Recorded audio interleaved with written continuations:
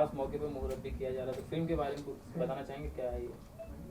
हंसा देखिए, एक शब्द ये बहुत ही ऐतिहासिक शब्द है हंसा। हंसा हमारे आध्यात्मिक क्षेत्र में जो है ना, ये प्राण को भी कहा गया है। हंसा जो है हमारे शरीर के अंदर कैद है, हमारे प्राण वायु। तो हमारी जो फिल्म का जो आज हम लोग गाना रिकॉर्ड कर रहे हैं और इसका मुहूर्त जो हम लोग आज से कर रहे हैं, तो हमारी फिल्म का टाइटल जो नाम है वो हंसा है। हंसा जो हमारा किरदार है वो किन्नर बेस्ड है हमारा। और आज जो समाज के अंदर हमारे किन्नर लोग हैं, उनसे हम लोग जो है दुआएं लेते जरूर हैं, लेकिन कभी दुआएं उनको देते नहीं हैं। ऐसा ही हम लोग अपनी फिल्म के अंदर एक फिल्मांकन कर रहे हैं, आप हिजड़ों के लिए, जो हिजड़ा भी बोल सकते हैं, किन्नर भी बोल सकते हैं उनको। उनका एक दर्द है समाज में, वो पैदा हमारे इसी समाज के अंदर हुए हैं, हमारे ही अपने घरों में पैदा हुए हैं। लेकिन आज हम समाज और समुदाय उसको रिश्तों से बहुत दूर रखे हुए, खुद के माँ बाप ही उनको जो है घर से किन्नर समाज को दे देते हैं। और आज उनकी ये है दुर्दशा कि हम लोग कोई भी रिश्ता उनसे बनाना नहीं चाहते हैं। तो ये जो दर्द हम उन लोगों का दिखाना चाहते हैं कि जब इस समाज में वो लोग रह रहे हैं तो क्यों ना इस समाज का हिस्सा बनकर रहे हैं। और हमारी भारत सरकार ने भी, हमारी सुप्रीम कोर्ट ने भी बहुत सारे निर्णय लिए हैं, उनको थर्ड जेंडर्स की उपाधि भी दी है, लेकिन हमारा समाज उसको स्वीकार अभी तक नहीं कर रहा है। खाली कानून के अंदर बना देने से कि कानून में हमने उसको थर्ड जेंडर की उपाधि दे दी, लेकिन आज भी अगर कोई किन्नर रेलवे के अंदर टिकट बुक कराने जाता है तो वहाँ पर मेल और फीमेल होता है, थर्ड जेंडर का कहीं पर उस पर ऑप्शन ही नहीं है। ऐसी बहुत सारी चीज़ें हम किन्नर समाज के लिए बता रहे हैं कि आज एक बच्चा हमारी फिल्म के अंदर किन्नर ठाकुर के यहाँ पैदा होता है, लेकिन उसके घर में ठाकुर, उसके दादा और उसके पापा जो है उस बच्चे को किन्नर समाज को सौंपना चाहते हैं, लेकिन उसकी माँ उसको सौंपने नहीं देती है। आखिर वो 10 साल तक माँ जो है उस बच्चे को पालती है, लेकिन 10 साल के बाद जब माँ मर जाती है तो आज ये समाज जो है उसको इतना भी अधिकार नहीं देता कि वो बच्चा अपनी माँ को दाह संस्कार कर सके। उसको दाह संस्कार करने से पहले ही जो है किन्नर समाज को सौंप दिया जाता है। तो ऐसी कौन सी सजा दे दी उसको इस समाज ने। दूसरा मैं ये कहना चाहूँगा, पैदा आज हमारे घर में विकलांग बच्चे भी पैदा होते हैं। जैसे कोई लंगड़ा बच्चा पैदा हो जाए, कोई आँख से अंधा पैदा हो जाए, तो उसको तो हम लोग कहीं नहीं देते। अगर ये भी एक शारीरिक विकलांगता है, अगर इस शारीरिक विकलांगता की वजह से उस बच्चे को हम लोग जो है किन्नर समाज को दे देते हैं, ये न्याय नहीं है। और आज अगर हम उससे कोई रिश्ता रखना चाहें तो समाज हम ही पर उंगली उठाने लगेगा कि ये तो किन्नर लोगों से रिश्ता रखे हुए हैं। तो ऐसी बहुत सारे दर्द हैं इस फिल्म के जरिए हम लोग जो है दिखाना चाहते हैं। और मेरे ख्याल से ये बिल्कुल अलग तरह की मूवी है और इस पूरे देश के बहुत सारे किन्नर समाज का मुझे समर्थन भी मिला है। मैं बड़े बड़े शहरों में, मेट्रो सिटी में किन्नर समाज के बड़े बड़े गुरुओं से मिला हूँ, उनको मैंने अपनी एक कहानी के बारे में भी बताया है और उन्होंने मुझे पूरा समर्थन दिया है और बड़े खुश हुए हैं कि कोई तो ऐसा व्यक्ति है जो हमारे बारे में भी इस प्रकार से सोच रखे हुए है। बस यही हम लोग जो है इस फिल्म में दिखाना चाहते हैं। सर, किन्नर की बात करें तो उनका अंत क्या होता है? बहुत लोगों ने इस विषय पे फिल्म बनाया, लेकिन किसी ने ये नहीं बताया कि उनका अंत क्या होता है। आखिर उनको जलाया जाता है, उनको दफनाया जाता है, क्या किया जाता है? जी, उनका अंत। देखिए, आज तक जितनी भी फिल्में बनी हैं किन्नर समाज पे, वो शायद बायोग्राफी पे बनी है। किन्नर के बेस्ड पर आज तक कभी कोई फिल्म बनी ही नहीं है। जैसे और भी कई फिल्में बनी है तो किसी की बायोग्राफी पे बनी, किसी किन्नर ने कोई विधायक बन गई या कोई अच्छे पद पर आ गई तो उसकी बायोग्राफी पे फिल्म बनाई है। ये फिल्म जो है हम लोग बिल्कुल ही किन्नर समाज पे बनाई हुई है कि आखिर उनकी भावनाएं क्या हैं, वो कैसे जीते हैं, कैसे रहते हैं। अंत क्या होता है सर? अंत क्या होता है उनका? अंत उनको दफनाया जाता है, लेकिन आज तक हमने सुना यही है और सभी जानते हैं कि आज तक किन्नर की डेड बॉडी को किसी ने देखा नहीं है ले जाते हुए। नहीं, ये तो सभी जानते हैं कि दफनाया जाता है कि ये क्या, लेकिन किसी ने देखा नहीं है, कोई प्रमाण नहीं है इस बात का। नहीं देखा है। तो आप अगर दिखाना चाहेंगे इस बात को कि भाई उनका अंत क्या होता है, इसके लिए कोई आपने रिसर्च किया, कोई प्रमाण आपके पास? देखिए, अंत हम लोग भी किसी समाज से जो उनके रूल रेगुलेशंस हैं उसके खिलाफ तो हम भी नहीं जा सकते, लेकिन हाँ, इस फिल्म के जरिए आप जब देखेंगे तो बहुत सारी चीजें हैं जो अभी मैं सब चीजें खोल के नहीं बता पाऊंगा, तो सारा ही खुलासा हो जाएगा फिल्म के बारे में। कुछ छुपी रहने दे तो बहुत अच्छा है। बाकी स्टार कास्ट की बात करें तो इसमें कौन कौन नजर आने वाले? इसमें हमारे यहाँ शरद सक्सेना जी हैं जो हमारे किन्नर के दादाजी का रोल कर रहे हैं, शाया जी सिंधे साहब हैं जो किन्नर के फादर का रोल कर रहे हैं, और वैष्णवी मैकडोनाल्ड जी हैं जो किन्नर की माता जी का रोल कर रही हैं, और भी बहुत सारे इसमें कलाकार हैं जो बहुत ही सारे मेरे ख्याल से फिल्म इंडस्ट्रीज के मंजे हुए कलाकार हैं और बहुत फिल्मों में उन्होंने काम किया है। कब तक ये फ्लोर पे जाने वाला है? हमारा इसका उद्देश्य जो है 15 जुलाई से 15 अगस्त के बीच में रिलीज करने का है। फिल्म की शूटिंग की बात किया तो कहाँ कौन कौन सी लोकेशंस को लिए गया? देखिए, इसकी शूटिंग हम लोग 11 अप्रैल के आसपास जो है ना मुंबई में शुरू करेंगे और 20 दिन का शेड्यूल हमारा यहाँ रहेगा मुंबई में। आफ्टर देन 2 गाने हम लोग छत्तीसगढ़ में शूट करेंगे इसके, और उसके बाद फिर दोबारा फिर हम लोग मुंबई में शूट करेंगे। तो हमारा नियर अबाउट 40 से 50 दिन के अंदर अंदर फिल्म पूरी कर लेने का पूरा मन है हम लोगों का। तो आपको क्या लगता है जो आप फिल्म लाएंगे उससे उनके जो लोगों की सोच है उनके जी जी जी बदलेगी समाज में? बस यही दिखाना चाह रहे हैं कि जब वो हमारे समाज का अंग है, हम किसी खुशी के अंदर जब उनको बुला के अपने घरों में शादी में बच्चा होने पर उनको बुलाते हैं और उनसे दुआएं लेते हैं, तो हमारा भी फर्ज बनता है, जब कोई व्यक्ति हमको इतनी बड़ी बड़ी दुआएं दे रहा है तो हमारा भी समाज का फर्ज बनता है कि हम उनको इज्जत और मान की दृष्टि से देखें। Thank you sir. Thank you. Santosh ji, क्या कहना चाहेंगे हंसा के बारे में? किस प्रकार की फिल्म है, कहानी के बारे में अगर बात करें और आज गाने की रिकॉर्डिंग है उसके बारे में बात करें तो क्या कहना चाहेंगे हंसा को लेके, और कितने एक्साइटेड है और कितना चैलेंज है संतोष जी के लिए? जी, हमारे लिए तो बहुत ही ज़्यादा चैलेंज सोचा जाता है। उन्होंने थोड़ा एक डिफरेंट जोनर उठाया हुआ है सब्जेक्ट को लेके, किन्नरों को लेके। जैसे समाज में तिरस्कारित किया जाता है तो हमें लगता है कि हमें भी ना कर दिया जाए, एक ऐसा डर है। पर कॉन्सेप्ट का जो मूड है और मूड के हिसाब से जो इमोशंस हम देखते हैं कि हमारी इंडियन कल्चर में, हमारी फिल्मों में इमोशंस को पकड़ा जाता है, तो सेंटीमेंट हम लेके चल रहे हैं ताकि उनके प्रति भी थोड़ा सा पॉजिटिव मूवमेंट्स मिले और हमारी फिल्म को भी एक सफलता का वो मिले। और कहाँ से अगर कहानी की बात करें तो ये कैसे आपके जहन में आया कि हाँ इनके ऊपर फिल्म बनानी चाहिए?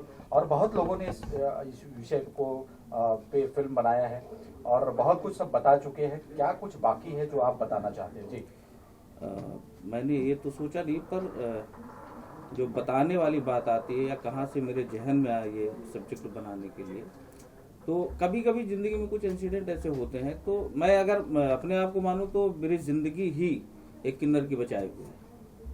तो वहाँ से जब इनसे मिलना शुरू हुआ, कई बार आना जाना हुआ, तो थोड़ा सा एक बड़ा सेंटिमेंटल इनके जो भाव होते हैं कि इनका जो अपना रिश्तों को लेके, समाज को लेके, तो उन चीज़ों में जब इन्वॉल्व होता गया आदमी तो थोड़ा थोड़ा एक राइटर दिमाग भी था मेरा, कहीं ना कहीं से मैं चीज़ों को अभी भी जितनी भी कहानियाँ ऑलमोस्ट मैंने लिखी हैं तो मैं एकदम रियलिस्टिक चीज़ों को लिखा।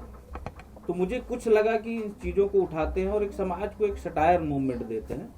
तो सटायरिकल वो चीज़ मैं भी ओपन नहीं करना चाहूँगा, मगर बहुत एक हमारी खास टैग लाइन है जिसको लेके हम बहुत आगे तक इस सब्जेक्ट को लेके जा सकते हैं और सारा मूवमेंट बड़ा क्लियर हो जाएगा। संतोष जी, अंत क्या होता है? अगर किन्नरों के अंत की बात करें तो सब लोगों ने सभी पहलू पे सभी ने फोकस किया, पर अंत क्या होता है सभी ने किसी ने नहीं बताया। और किसी चीज का अंत नहीं होता है। सच ये है कि जैसे कोई कहने का अंत का मतलब ये कि उनको दफनाया जाता है कि जलाया जाता है, क्या होता है वो? ये किसी ने नहीं देखा है। जिसने भी देखा है, ये मैंने भी सुना हुआ है कि जो भी इनकी लाश को या इनको देखता है दफनाते हैं जलाते हुए, तो शायद ये लोग मार भी देते हैं, ऐसा सुना गया है। बट जब अभी कुछ चीज़ों को मैं खुलासा नहीं करूंगा, हमने एक सीक्वेंस इसमें रखा हुआ। हमारी जो ओपनिंग होती है तो इनकी लाश से ही होती है और एक लॉजिक बेस होता है कि अगर कहीं पे किन्नर पैदा होता है तो क्यों हुआ। अगर वो सवाल भी उठता है तो उसका भी एक ऑप्शन हमारे पास है। मगर जो दफनाने और इसकी बात होती है तो ये किसी ने देखा ही नहीं किन्नरों के अलावा। जी धीरज जी, आप क्या कहना चाहेंगे? ऐसे ज्वलनशील मुद्दों को आप लोगों ने कुरेदा है, छेड़ा है जी, क्या लगता है आपको कामयाबी मिलेगी? चैलेंज है आपके सामने? बिल्कुल, ये बहुत ही टिपिकल सब्जेक्ट है जो हमने उठाया है और हम संतोष जी करीब 1 साल से इस स्क्रिप्ट पे वर्क कर रहे हैं और बहुत ही खूबसूरती से हम इस चीज़ को आगे बढ़ा रहे हैं। और आज तक समाज में हमने किन्नरों को देखा है कि तिरस्कार ही किया जाता है उन्हें। जैसे कि हमें जो चीज़ें प्रदान है, जैसे हम किसी को अपने यहाँ नौकरी देते हैं, वैसे हम किन्नरों को अपने घर में नहीं बुला सकते हैं, या फिर हम अपने ऑफिस में किन्नरों को नौकरी दे तो समाज हमारे ऊपर हंसता है। तो हम चाहते हैं कि किन्नरों को भी समाज में एक दर्जा मिले, उन्हें भी हमारी तरह उन्हें भी देखा जाए और सारी दुनिया उनकी इज्जत करे। सर, किन्नरों की कास्टिंग की बात की जाए तो क्या किस तरह से कास्टिंग करने वाले उन लोगों के लिए, उसके बारे में बताएंगे? किन्नरों की कास्टिंग जैसे हमने कुछ सोचा है, तो हमने 3-4 लोगों को सोचा है कास्टिंग के लिए, तो अभी 1-2 दिन में ये डिसाइड हो जाएगा कि हम किसको फाइनल कर रहे हैं। और बाकी रियल किन्नर हम लोग रख रहे हैं, और जो साथ- 15-20 हाँ। हमारे ग्रुप में किन्नर है, और- वो ओरिजिनल किन्नर से। और संतोष जी कब तक जा रही है फ्लोर पे और हम कब तक 11 दर्शक- तारीख से फ्लोर पे जा रहे हैं। कब 11 तक तारीख दर्शक से देख शो पाएंगे इस पे। फिल्म को? अगस्त सितंबर और अगस्त लास्ट और सितंबर फर्स्ट वीक में हम इस लोकेशन फिल्म को- कहाँ पे पिक्चराइजेशन होगा? लोकेशन हमारा छत्तीसगढ़ कुछ एरिया है, मुंबई है, 2 ही लोकेशन हम लोग फॉलो किए हुए हैं, मुंबई और Chhattisgarh. Wish all the best. Thank you so much. Thank you.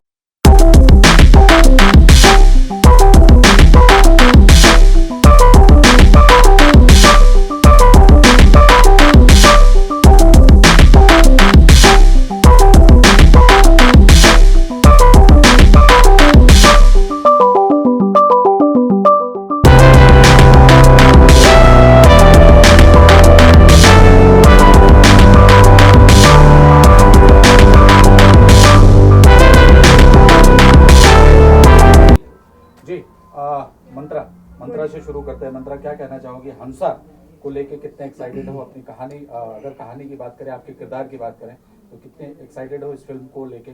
क्या कहना चाहोगे हंसा जी? मैं हमारे सुरेश भाई साहब और हमारे डायरेक्टर साहब संतोष जी को लेके मैं बहुत ज़्यादा एक्साइटेड हूँ कि मुझे प्रोजेक्ट मिला। इस प्रोजेक्ट में काम करने के लिए मैं इतना एक्साइटेड हूँ कि मेरे पास वर्ड्स नहीं है कहने के लिए। ये स्टोरी हमारी 3rd जेंडर पे डिपेंडेड है और I am also excited to do this work. जैसे किरदार के बारे में थोड़ा बताना चाहेंगे? किस तरह के- ये एक आदिवासी किरदार है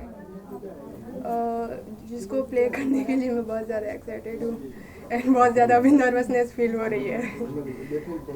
सर, आप बताना चाहेंगे?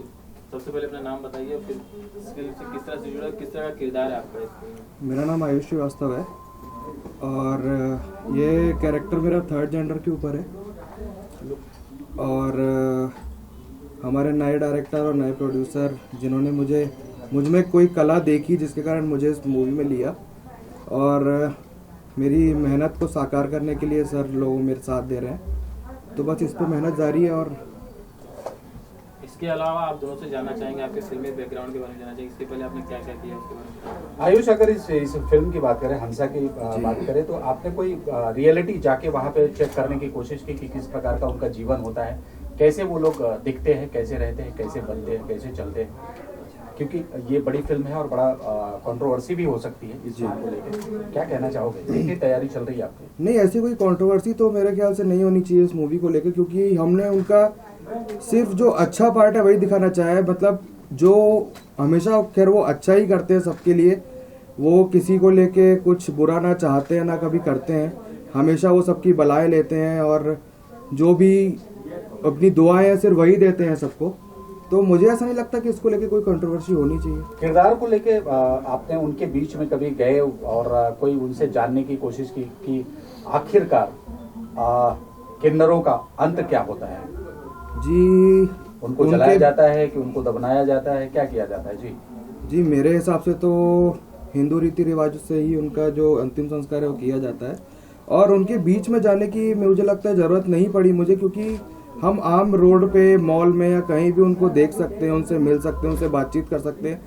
बस ये है कि लोग उनसे डरते क्यों हैं, इसके ऊपर हम थोड़ा रिसर्च किए हैं कि लोग उनसे डरते क्यों हैं।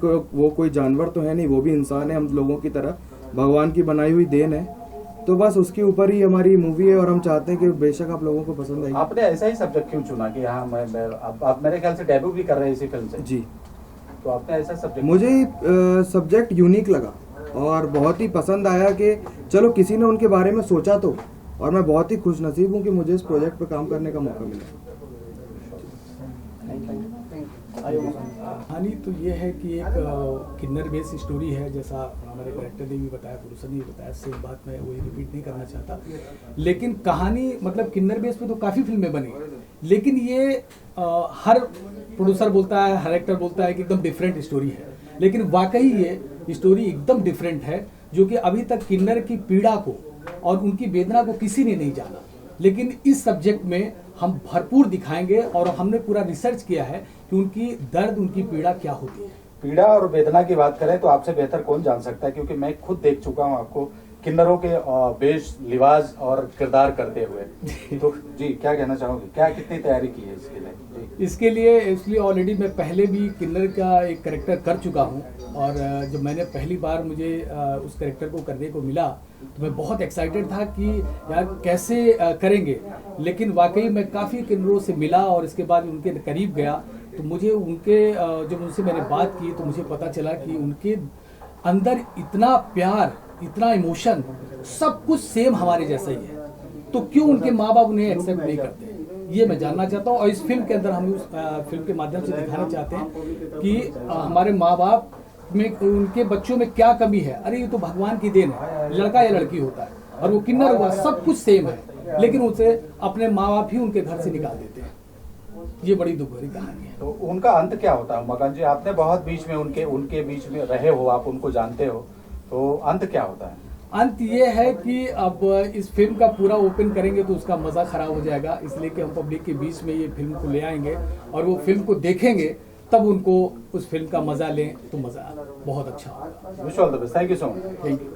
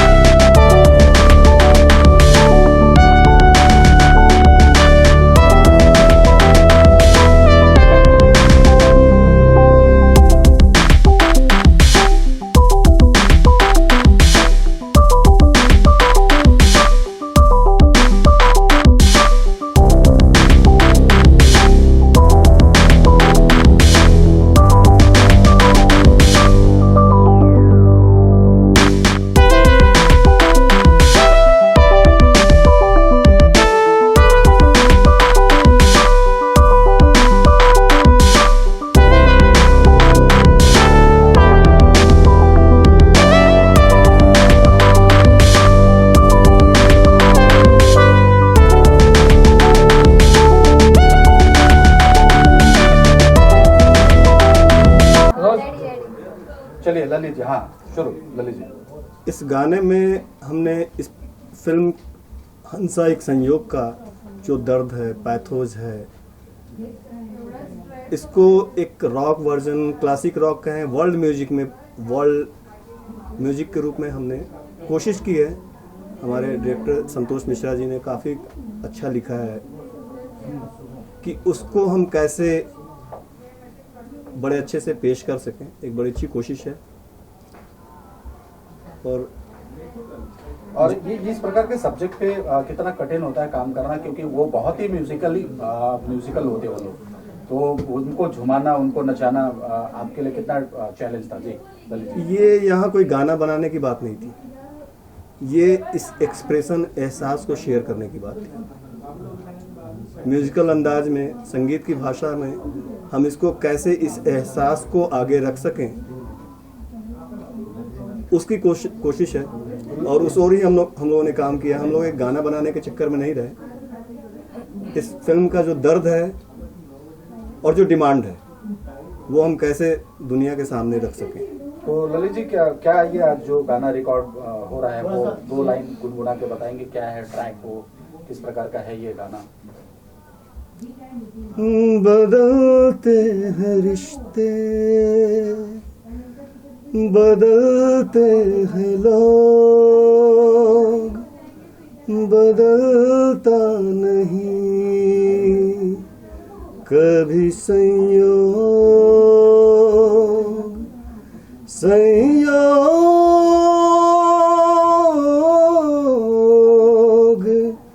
संयोग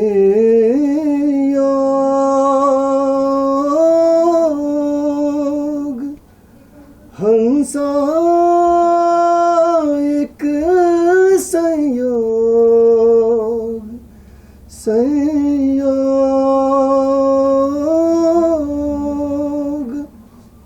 बट गाना आज ओके तो ये है हंसा एक संयोग का। Wish you all the best. Thank you so much. Thank you sir, thank you. का मुहूर्त और गाने की रिकॉर्डिंग की, तो गाने के बारे में बताना चाहेंगे किस तरह का गाना है? जहाँ तक मुझे बताया गया है कि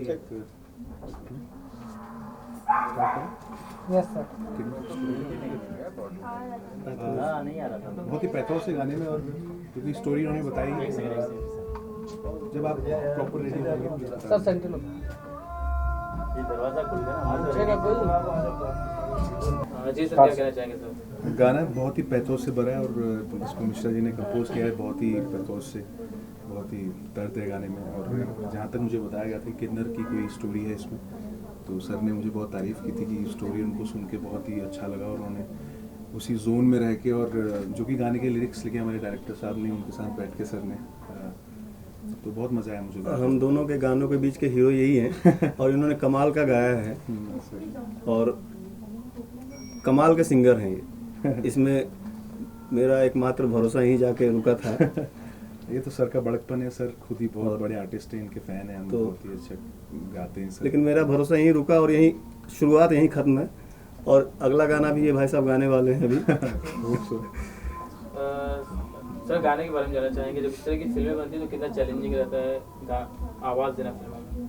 चैलेंजिंग एक्चुअली कंपोजर और जो क्या बोलते हैं लेखक के लिए रहता है, मेरे को लगता है, क्योंकि हम लोग तो उनके कन्विक्शन पे चलते हैं, कनेक्शन पे, कि वो क्या चाह रहे हैं हमसे। जैसे सर ने मुझे गवाया अभी, ये इनका एक सोच है कि किस तरीके से गाने को ले जाना है, तो उसमें ये हमको भी इन्वॉल्व करते हैं कि आप किस तरीके से गाएं कि वो आवाज़ जो है, वो पैथोस जो है, वो गाने तक पहुँचे, है ना सर? एक लिरिक्स राइटर अपने सोच के साथ गाना लिखता है, फिर अपने भाव से म्यूजिक डायरेक्टर उसको बनाता है, और उन दोनों भाव को अपना बना के एक सिंगर जब निभा लेना अपना बना के, तब वो बहुत बड़ी बात बनती है।